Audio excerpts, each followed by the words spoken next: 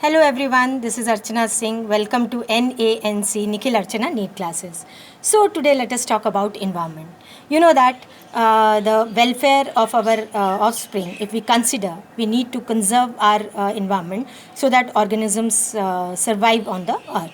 Now, for the sake of convenience, we categorize environment into ecology and population ecology. You know that ecology is the ecology of an organism, individual organism, whereas population ecology comprises the entire population.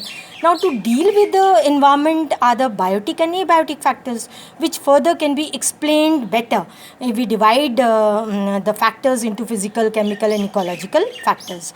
Now, the physical factors, are the effect of heat, temperature on the growth and reproduction on the organisms. And then comes a very important factor, that is light. You know that photosynthesis and other processes like flowering, opening and closing of stomata, these are determining factors in the distribution and growth of organism. In the animals also it is very important factor. Now chemical factors like soil, water are equally important. Soil, it supports life by providing minerals, nutrients and water.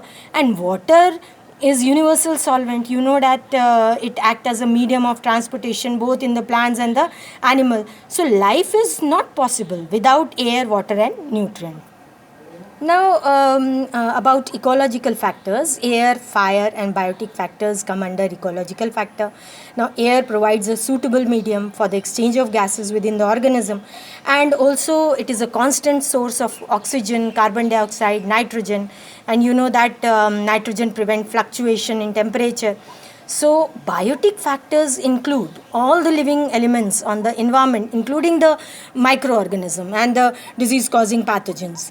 Now, biotic and abiotic factors together forms the ecosystem.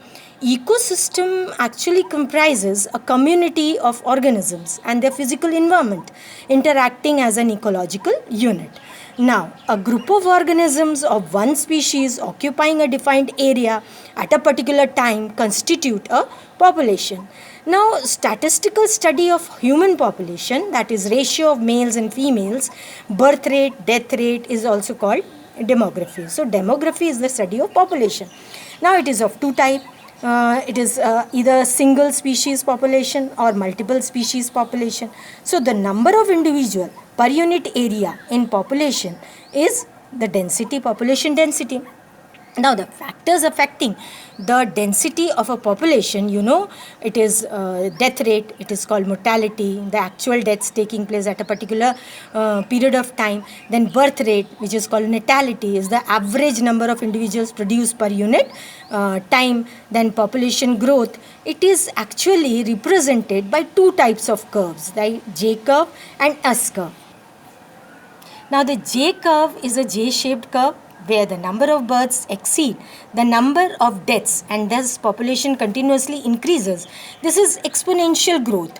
Here it is represented by NT is equal to capital NO, then E in the bracket exponential bracket B minus D into T. So here T, small letters T is the short time interval. Then capital N, small t is the number of individual after time t. Then NO is the number of individuals at the beginning of time interval. Then small b is the birth rate during time t. Small d is the death rate during time t. And E is a constant. Now what about S curve? As the name suggests, it is the case the graph first goes up.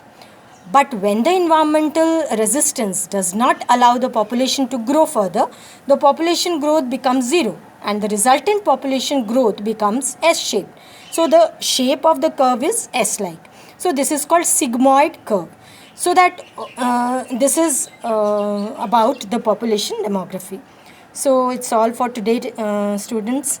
Impact of population growth in the next slide.